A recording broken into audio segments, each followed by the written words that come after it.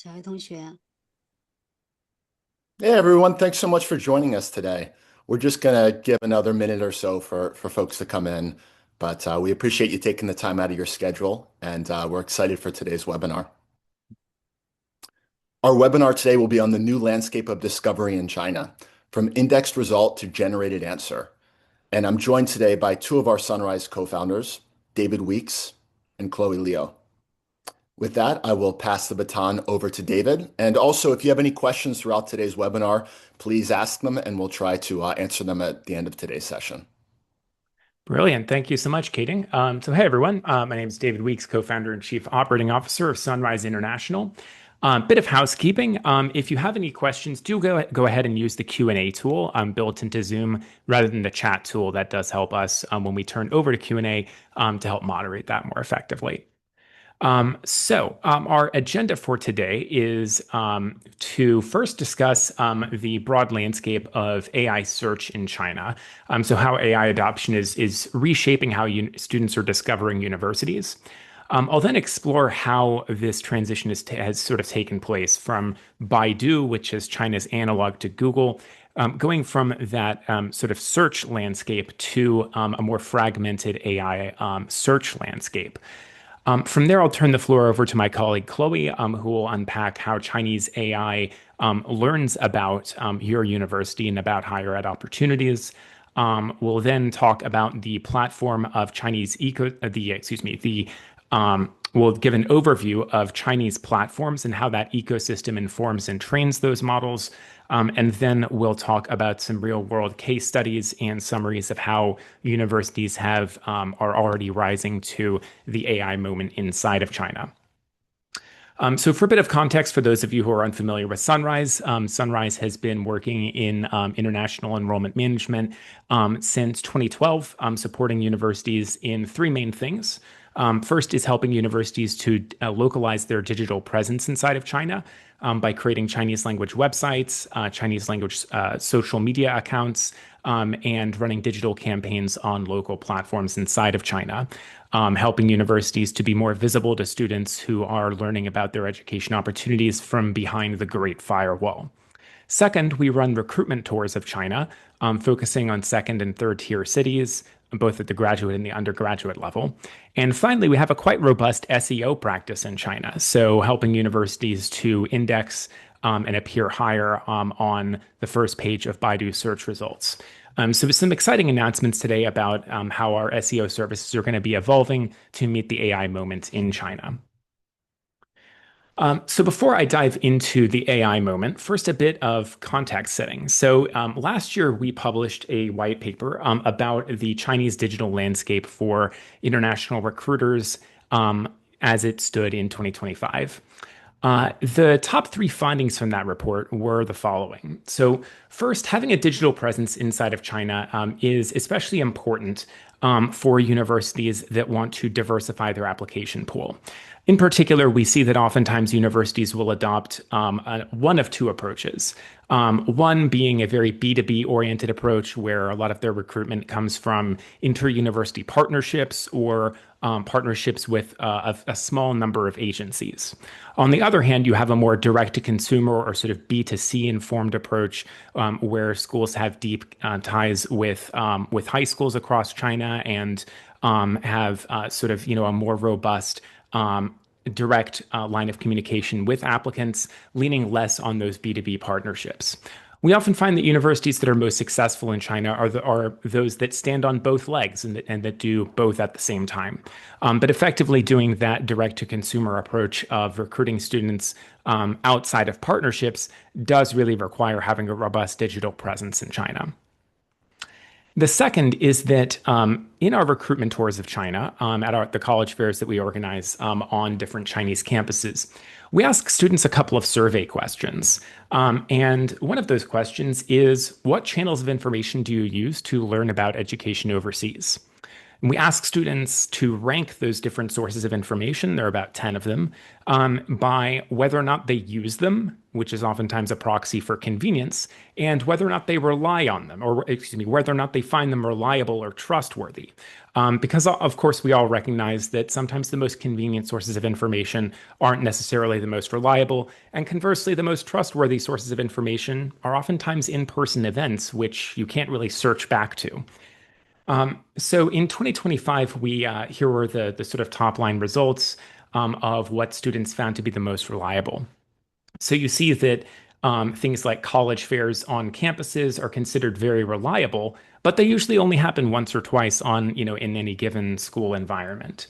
Conversely, folks tend to rely a lot on internet search results or word of mouth, things like Chinese Reddit or Zhihu. But they do recognize that word of mouth from other users isn't always the most reliable, even if it's very convenient.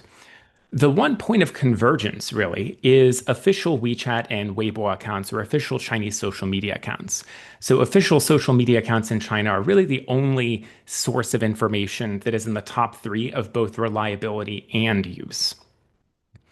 The third is that last year we started to explore, we all experienced late 2022 into 2023 that ChatGPT 3.5 moment where we realized that search is going to be transformed from people looking and scouring through the first page of search results on Google or Baidu to just asking for an answer on in an LLM or a large language model, an AI chatbot. So we'd already begun to see last year this evolution of and the sort of the transformation of the discovery and research landscape from something that was search based to something that was answer based from an AI chatbot. As we think about the broader Chinese landscape, a couple of other top line findings. So every year, Sunrise also looks at the Big Four plus 10, so the top 14 study destinations for Chinese students. As it stood last year, China has about 1.2 million students studying overseas. In the top 14 receiving destinations, which is about a 6% increase from last year or from the prior reporting year.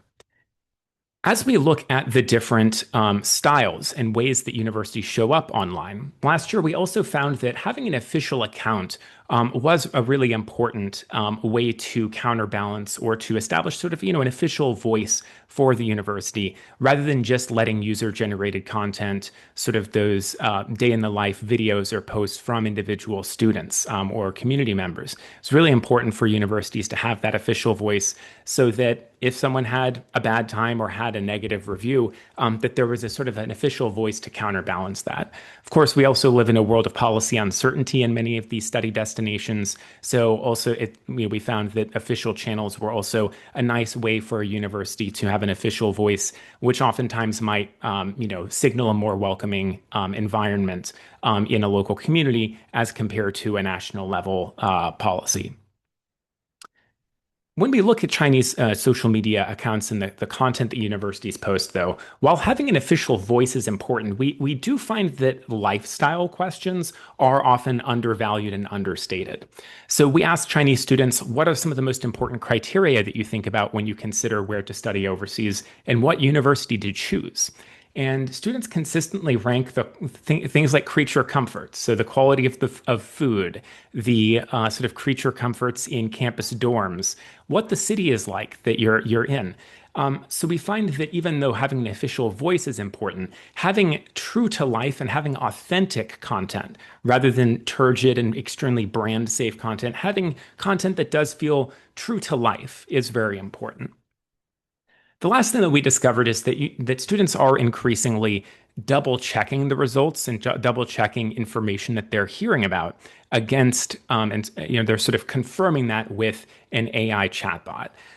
So sometimes that is sort of screening or asking, is this university a good choice as they decide what offer of admission to accept?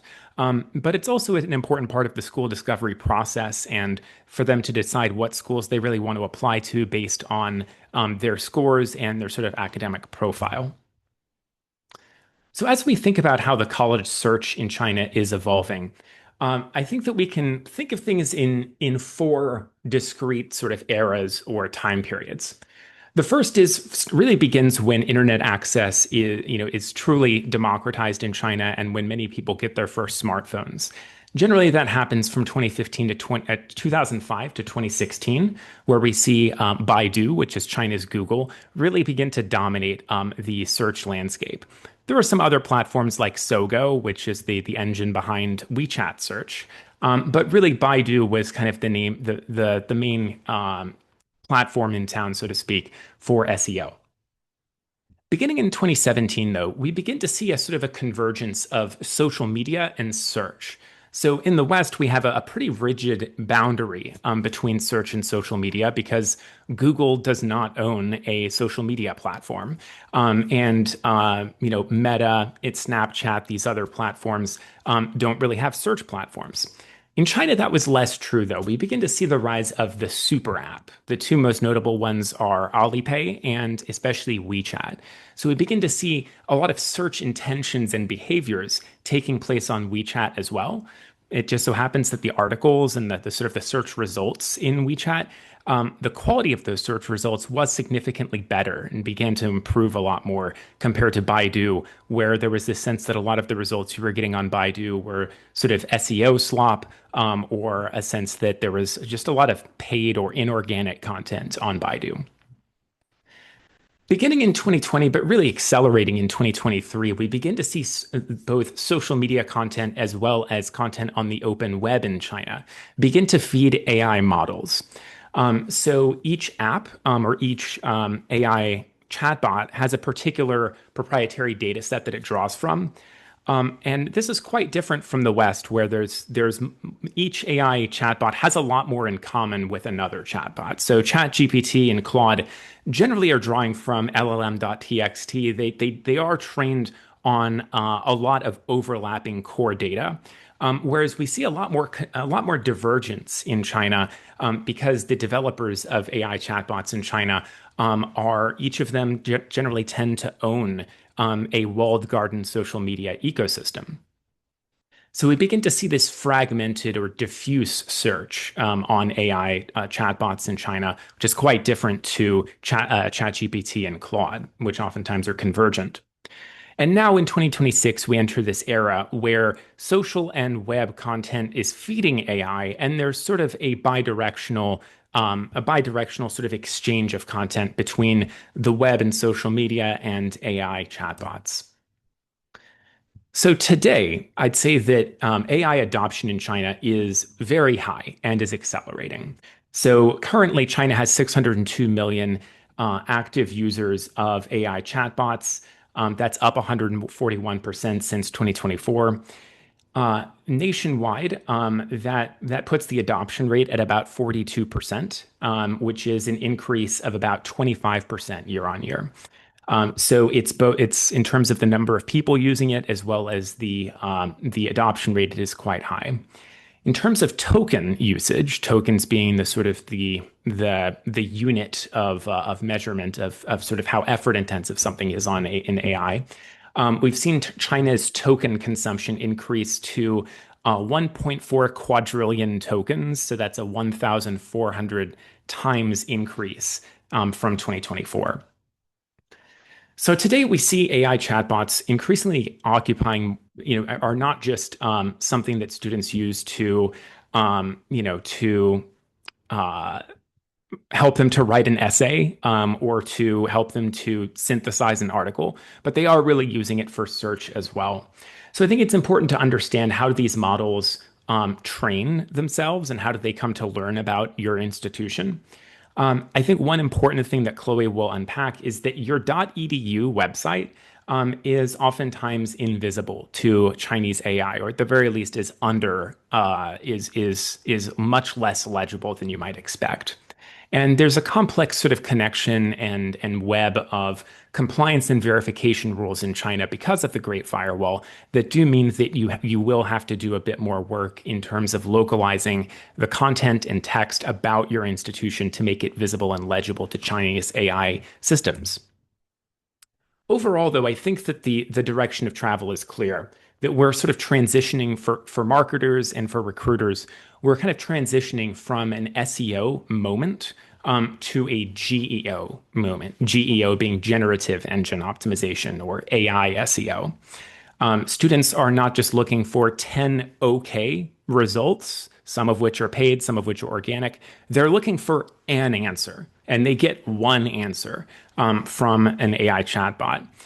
So for universities that are competing to show up, say it's that one of the top 10 universities in New York City or one of the top 10 universities in Amsterdam, what happens in that chatbot's answer is pivotally important. So with that said, it's my pleasure to announce that Sunrise will be pivoting our SEO practice to a GEO practice. So moving forward, Sunrise, works with about 250 institutions annually. In any given month, we're doing SEO projects for about 50 universities. We will be transitioning that work and moving forward. All of our SEO work is going to be oriented around GEO. There's some of that work that certainly overlaps, but there's some of it that certainly doesn't. In the follow-up to as a next step after the webinar wraps up, we'd love to be in touch and to share a little bit more about how our GEO product works, tell you a little bit more about how it's priced, and generally the timeframes by which you can start to see some results. So with that said, I'm going to turn the floor over to Chloe, who will tell us about how Chinese AI systems work and how they learn about your school.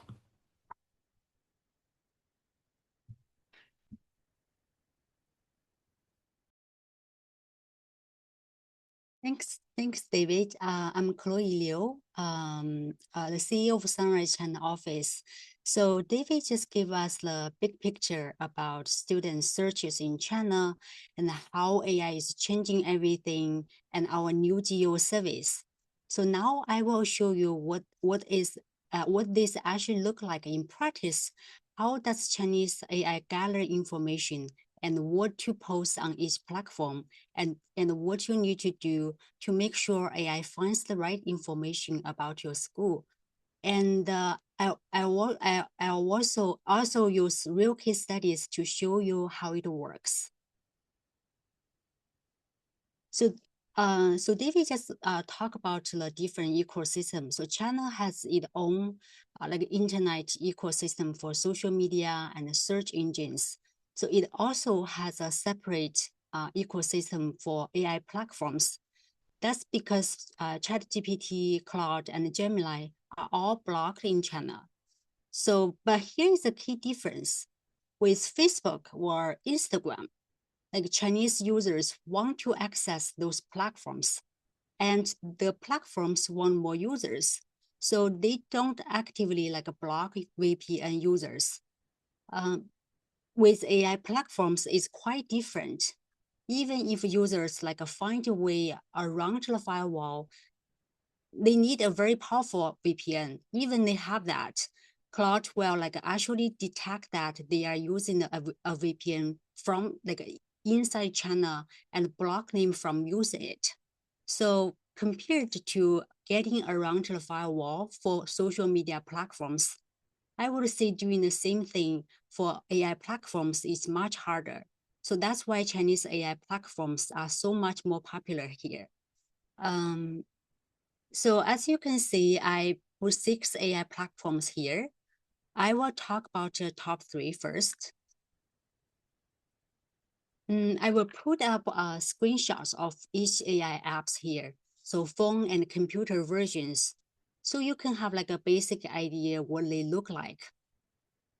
The first one is Doubao, the same company as TikTok. So you can imagine it's very popular app, like AI app among young people. It's basically a personal assistant. Like students use it voice feature to practice their English and even ask it for fashion tips. They also use it to summarize articles and translate things.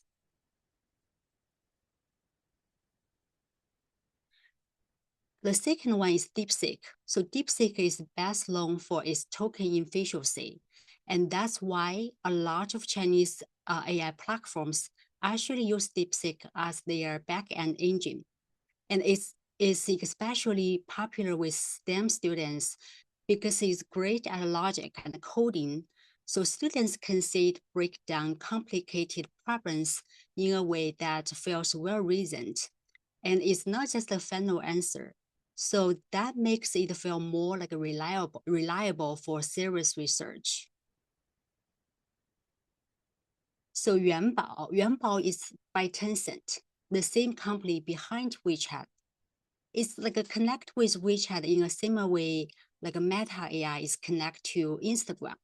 So people use it, mostly use it for everyday productivity, like a search engine, searching within WeChat and social collaboration. So students also use Yuanbao to check schools information, like about deadlines, tuition, and program details. Because it has exclusive access to WeChat content. So when students ask about your school, Yuanbao posts information directly from your official WeChat account. And the next three are less important but good to know. So I put them together here. So Kimi is popular amongst Chinese undergraduates for academic research. Qianwen is Alibaba's AI. Alibart is built into Baidu search, so similar to Gemini AI. How does Chinese AI find you? So Chinese AI gathers information from three key sources: ICP licensed websites, verified official accounts, and trusted media sources. So first is the ICP license. Think of it as your website's legal ID. You need a Chinese business license to apply for it, but it's very important because regulation is built into Chinese AI from the day one. It's not just about like a government control.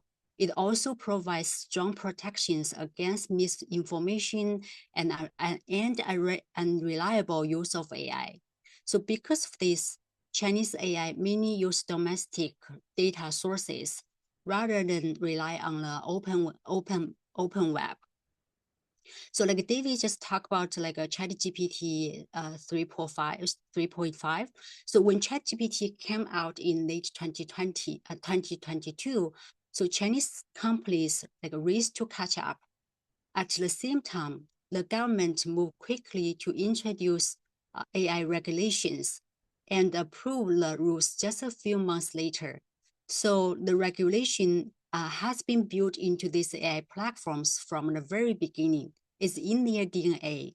So that's why David just talked about the why it's like a, so it's like a, so this is make a Chinese AI very different from like a Western platform. So in Western, you say, so in West, like most platforms are trained on similar open web data, but in China, it's much more fragmented.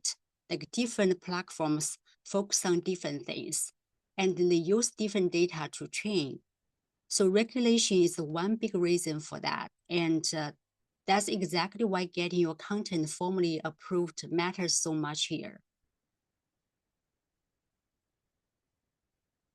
So once you have that ICP website, so AI can gather information from your official site, but it doesn't stop there. It also posts information from like WeChat articles, Reddit posts, Zhihu discussions, and media coverage. So if you are only active on your website, the AI just doesn't have enough of your content to work with. And also, prospective students expect and want to see like a social media activity, not only a website. So now you know how AI gathers data. I will move on to the platforms where your content needs to be posted. I put 5 major platforms here. So I will dive into each one later. But the key is that these platforms are not just social media. They are the data sources that train Chinese AI. So what you post here is what AI will reflect to students. I will start with WeChat and Reddit. So on WeChat, is an all-in-one app where users can search for information, read articles, watch videos, all without leaving the app. So long articles and real alumni stories tend to work best on WeChat. So on RedNote, we also call it 小红书, is packed with Gen Z users. So school can share like a campus life, student stories, and application tips through short posts or videos. It can give prospective students a taste of your campus life. Let's go a little deeper into WeChat. So WeChat has its own search engine, and WeChat feeds into Yuanbao directly. So I put an example here, WPI, one of the accounts we manage. So when students type their school into the search bar, their verified official account comes up right at the top. And you can see here on the third picture, the custom menu we designed for them. So that with things like applications, tuition, and program.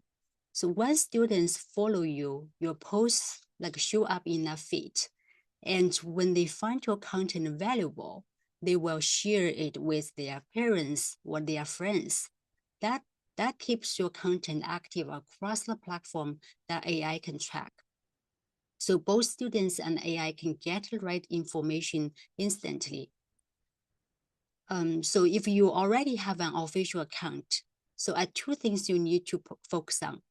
Post regularly and update your custom menu to keep your content active. So both students and AI always see the latest information about your school. So RedNote, like same idea. A verified account stand out when on an official badge and post when students search you on RedNote. So those are RedNote accounts we manage for our partners. So same setup and same idea. To use the right keywords in your profile and post, like a study in New York or your top majors. And AI will proactively recommend your school to the right students. So I put an example here, like what happens when a school doesn't have a verified official account. So when a student searches for name on like a WeChat or RedNote, the results are full of outdated information and third-party agencies. Since AI posts information from those platforms, this is what AI will reflect to students. So think about your own school. If a student searches for you today on WeChat and RedNote, so what would they say? I think it's really worth checking. So moving beyond WeChat and RedNote, so let's look at the broader like a content that feeds you into AI. So the first one is doing the Chinese version of TikTok. They don't offer an official account like WeChat or RedNote. That means you cannot post there directly as an official university, but you can still benefit from it. If you have like students or community members who have lots of doing followers, you can reach out to them and ask them permission to repost their videos on your RedNote or WeChat accounts. Next is Zhihu. Think of as your China's Reddit.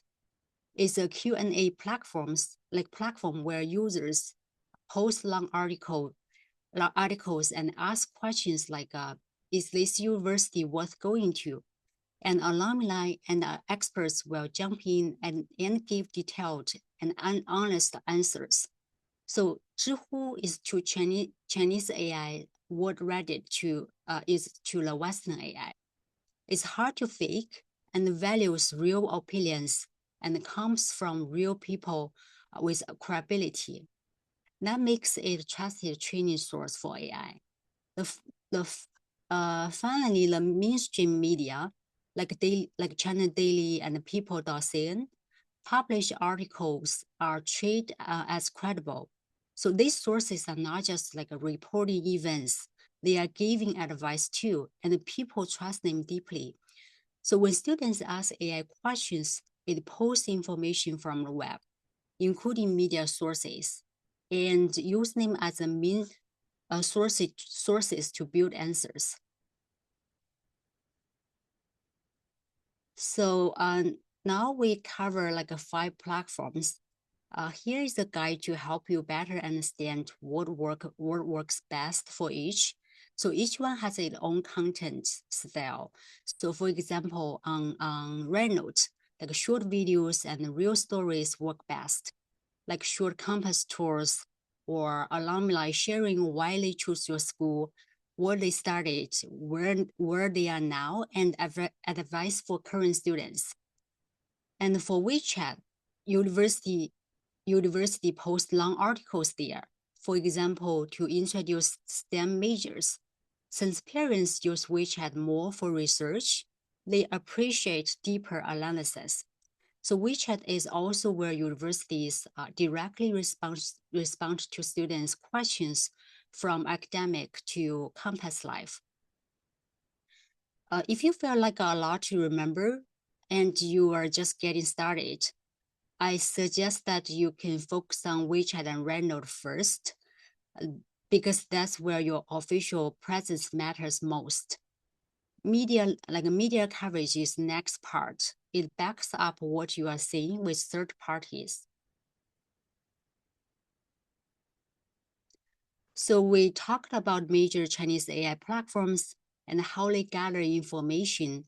So how does this actually play out in the real world? So earlier I showed you some of the WeChat and Reynolds accounts we manage. So now let me show you what happens when AI actually posts information from them. So these are the Chinese website we manage for Pace University and Iowa State University. See that little red box here and here? That's the official ICP license number. So because they have it, so when students search their name on AI platforms, Yuanbao and Doubao directly use their sites as a top source. So now let's move to the social media. So you can see the official WeChat profile for Moreland University and the University of New Hampshire. Those badges verify them as official and trusted. So DeepSeek and Kimi post our WeChat articles directly into AI answers. Same on Reynolds. The AI used our exact post and image in its response. So for the media, as a part of our SEO GEO efforts, we help place articles across media stream for our clients. Here is an example for a project we did for UC Riverside. You can see the Soho article we placed. Soho is one of the major online news sources in China. So Doubao and Qianwen pick it up directly, and on Zhihu, DeepSeek posts our content as well. So it's the same pattern across all 5. So here's a full picture. I put all of them together. So once you have all those these 3 things in place and active, like ICP registered website, WeChat and Reynolds official account, media and Zhihu. So when you have this combination, so AI will prioritize your content and you will be more visible to the students.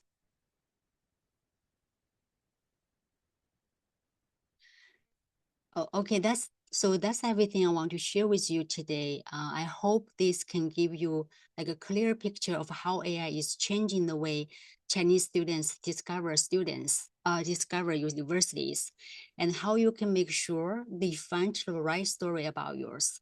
So after webinar, I encourage everyone to try this. So search your school on WeChat and Reynolds. You will be surprised at what you find or what you don't.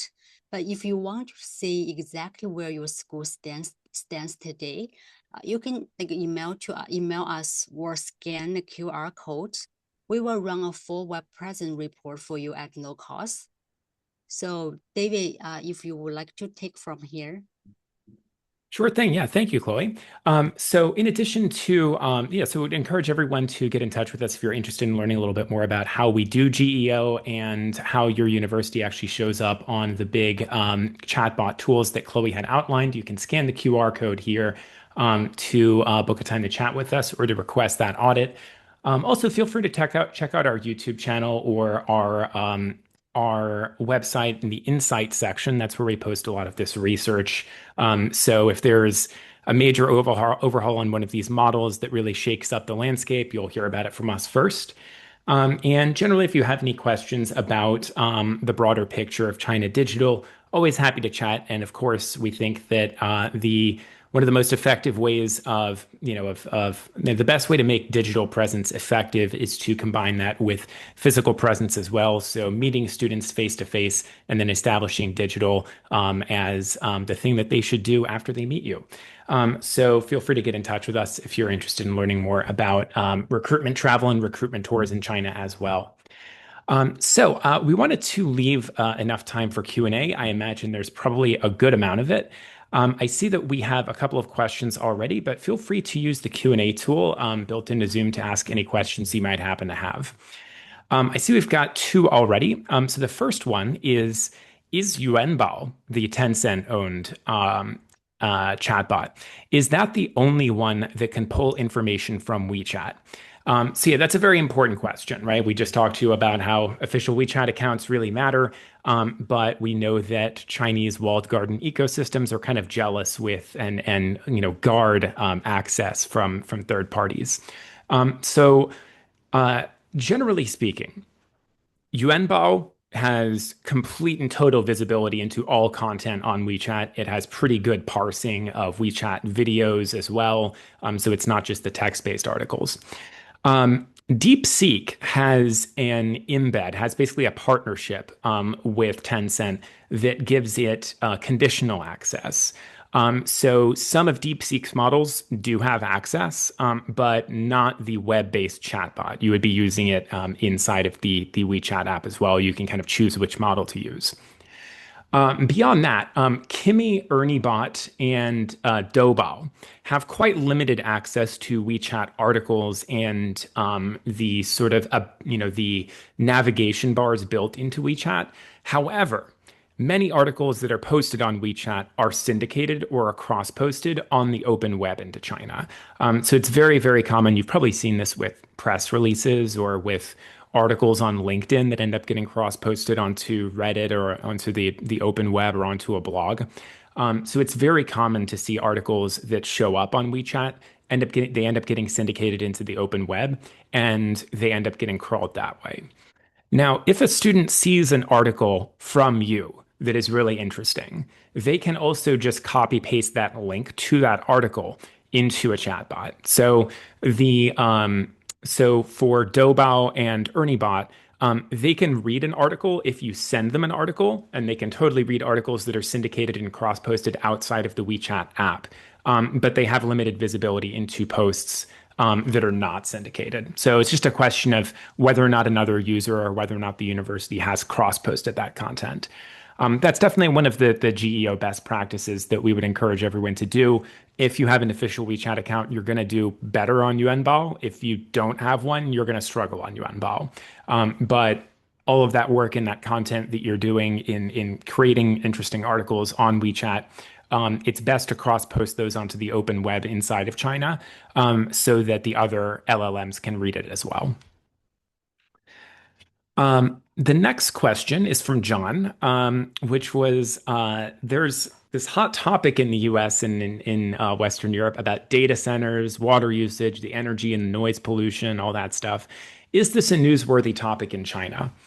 I'd say not quite, in a very different way. So I think that the data centers topic in many parts of the Western world is framed as in NIMBY terms, right? So that comes from this particular legal tradition of giving states and cities and HOAs a lot of local autonomy and control over what gets built in a particular neighborhood. So you have AI companies pitching local communities about job creation or economic growth or something and saying, well, we need access to the power grid and cooling for water to make that happen. That doesn't really play out in the same way in China because policy in China is so top down. China treats data centers much more as a utility rather than a private good. Because there's very little local autonomy and provincial control over these things, you often will just have data centers built in places with low population density or places that have like very good access to that are naturally cool. So years and years ago, when cloud computing was sort of the big revolution in the internet, you saw these massive data centers being built in caves in Guizhou province. So you kind of see a lot of these data centers popping up in places like Ningxia and Qinghai, less so in near really dense urban areas. So the communities in New Jersey that are up in arms about a data center, that doesn't really play out in the same way in China, but certainly it does get into interesting questions about the ethics of AI. China's the majority of its power grid is still coal-fired, so definitely something to think about at the macro level. So Ziping asks, do you recommend setting up a separate school website for just for the Chinese market? Will Chinese AIs pick up information from websites outside of China? So yeah, it's a thing. That's a great question. I think what Chloe was getting at with this ICP website was very much what you're asking. So Chinese LLMs, very similar to Baidu search, heavily prioritizes content that is in Chinese and content that is locally hosted inside of China. Because AI is even more regulated than Baidu search is, right? There is a really quite onerous set of regulations on consumer-facing AI apps right now. One of the big things is not spreading false or socially harmful information.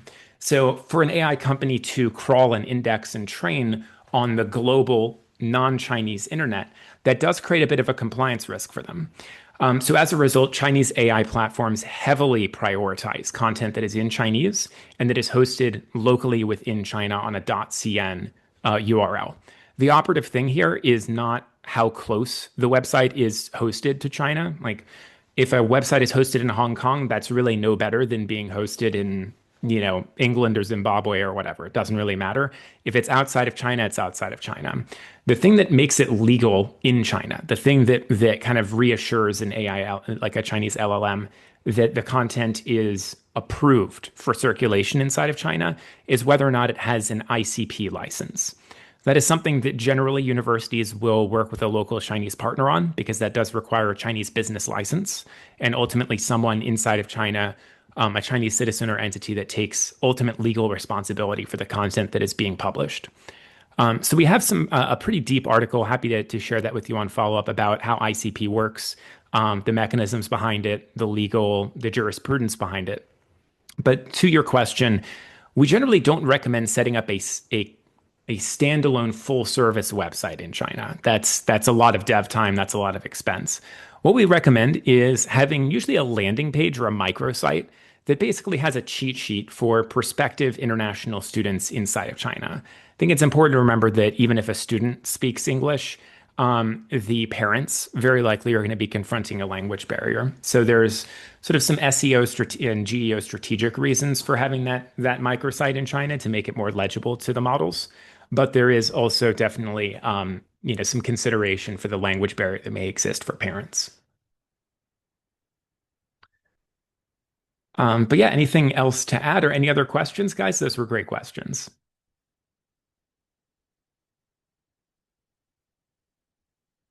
So one other thing while we think on any further questions, one thing that I also like to add is just thinking about the user journey and sort of how Chinese students have come to rely so much on AI models.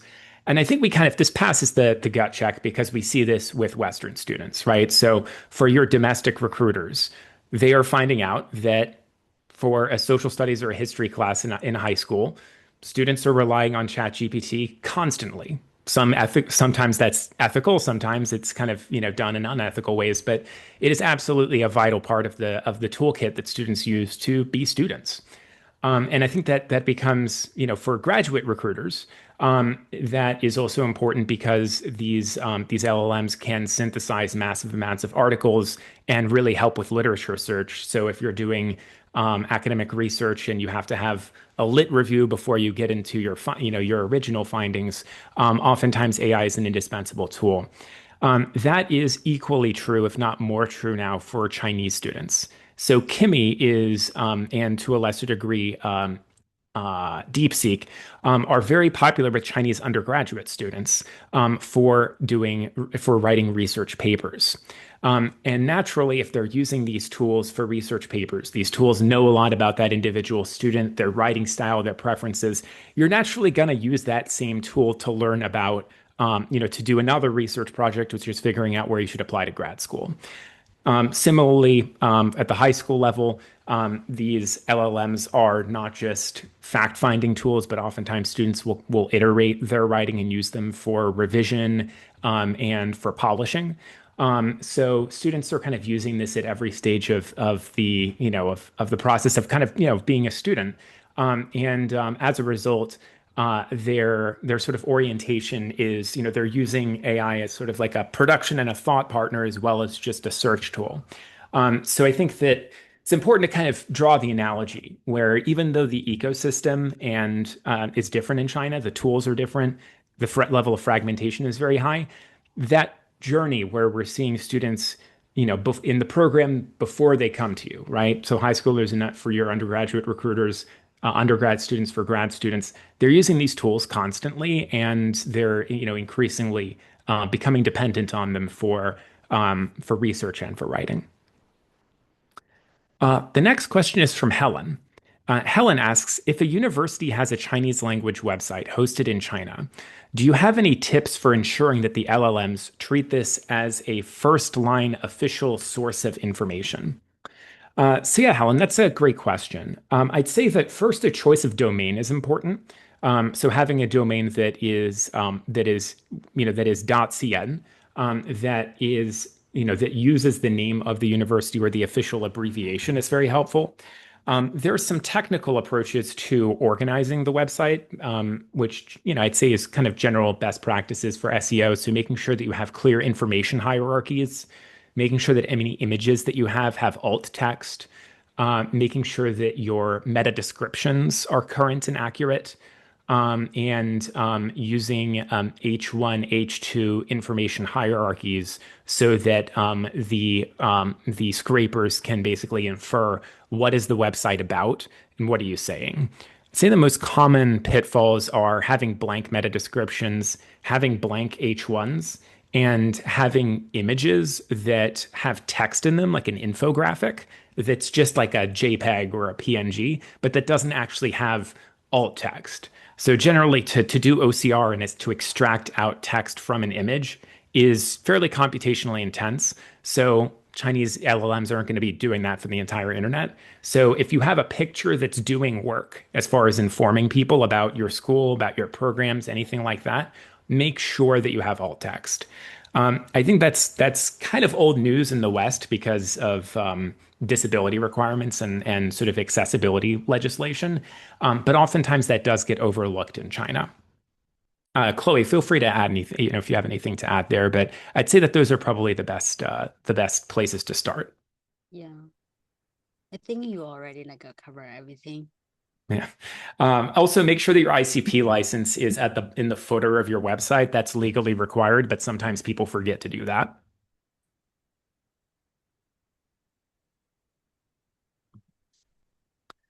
The other thing that I'll point out as far as, making a website a bit more high impact, is Zhihu and Baidu Zhidao, and in particular Baidu Baike.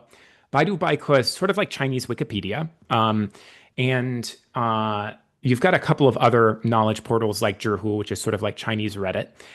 Having backlinks, so links from You know, Baidu, Baidu Baike is oftentimes regarded as like the most official, sort of neutral source of information.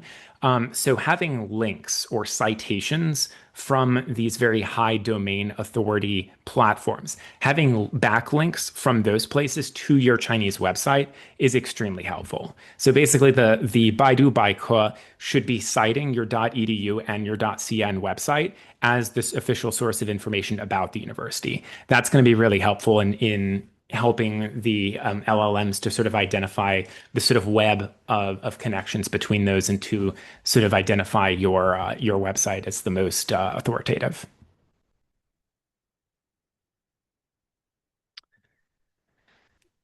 I think that's it Okay. on the questions for today. But we All really right. appreciate everyone joining us. And in terms of next steps, feel free to reach out if you have any questions or you'd like our team to put together a complimentary digital report for your institution.